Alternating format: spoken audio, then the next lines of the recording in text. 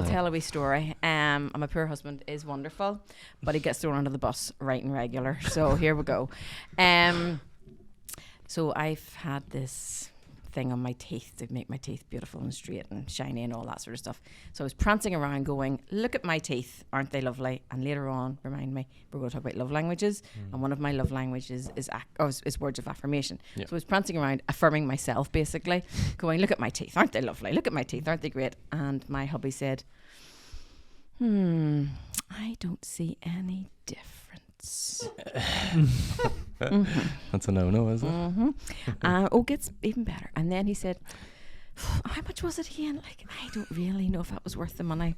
And you know yourself when you can hear the words rolling out of your mouth and you're going like, and as I could see his cogs turning, going, stop speaking, but no, the words still coming out of my mouth. Then he turned to our big grown up children now and went, do you see any difference? Well, God. Yeah. Retreat to the man cave. Well, at that I was, oh my day. So back in the day, that would have been explosion for me. That would have been like, what the actual, I would have been off the deep end. And then I was a huffer, so, you know, like stonewalling, silent treatment. And I was really good at it. Like, I miss it so much. I was so good at it. And I was so like, you know, like the ones, maybe your significant, I'm sure your significant others don't do this, but you know the one where you'd have people, so I'd be huffing with my husband about something that he did, and then we'd have people over dinner, and I would be all the life and soul of the party, and then they would leave and the door would lock, and then I would go back to huffing with him. All right. And he would say, I thought we were over it, and I would say, they didn't piss me off, did they? So why would I huff with them? It was only you who pissed me off. But during that time, would you have still been huffing with him, or would you have? I would. Yeah. Would you have been like, oh, he knew that I was still with him, really but he did take the opportunity to like ask me things that he was scared to ask me that week when I was huffing. You know, when the people were over. You know, horrible behavior. It's actually emotional abuse. Yeah. It's horrible behavior, and I did that for a long time. Yeah. It's terrible. It stems from an anxious attachment style. So I'm just so anxious. I just can't even cope with this. I'm just shutting you out. And then that sort of played to his attachment style, which is avoidant. So anyway, nightmare. But that was the first. So but when we went to therapy, she told me I couldn't huff. And I huffed with her. And had to pay her money at the end. Yeah. So you huffed even more then? It was so annoying. And I huffed the whole way home in the car as well. And Nigel was like, she said you can't huff. I'm like, and then we went back the next time and I was like, so see that no huffing thing?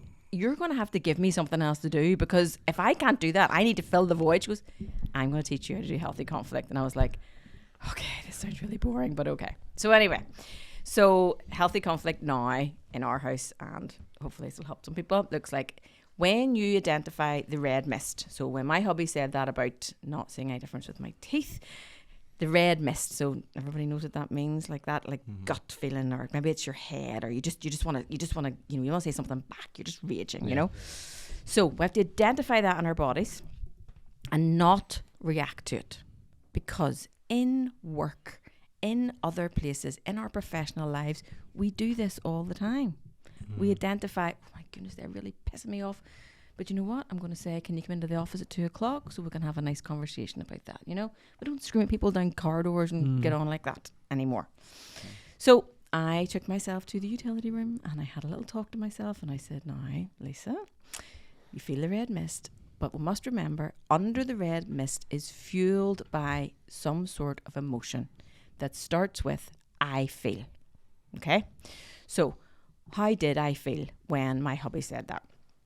And I sometimes I coach men and they'll say, I felt raging. I'm like, can you give me another word for that? Furious. I'm like, can you give me another word for that? Bad tempered. I'm like, okay, right, got a bit of work here to do. So under the red mist is, what is under the red mist? I feel unseen. I feel a bit disrespected. I feel sad. And a wee bit taken for granted, and all those sort of things. So then let the red mist settle. You might have to go walk. You might have to take yourself to your man cave, or walk the dog, or go to the bath or something. You come back to your person and you say, can we have a chat? And I would like a safe place to land. When your person says to you they want a safe place to land, that is your time to put your superhero cape on and show up as the best version of yourself. So my hubby says, yes, sweetheart, what do you want to talk about? And I say, see that there happened about my teeth. And he's like, what happened about the teeth? I don't even this is the thing. Most conflict comes from the person doesn't even remember what you're talking about. He goes, your teeth. I was like, remember when that happened about my teeth? Well, don't say the word you. So I said, remember that happened about my teeth? When that happened, I felt. So a situation happened and I felt. Okay? This is the science behind it. Situation happened, I felt. So I felt sad, I felt unseen, I felt unheard, I felt a wee bit embarrassed, and I'm sad. Once you've done the work, the only response to that is, I'm sorry you feel like that. I didn't ever mean to make you feel like that. End off.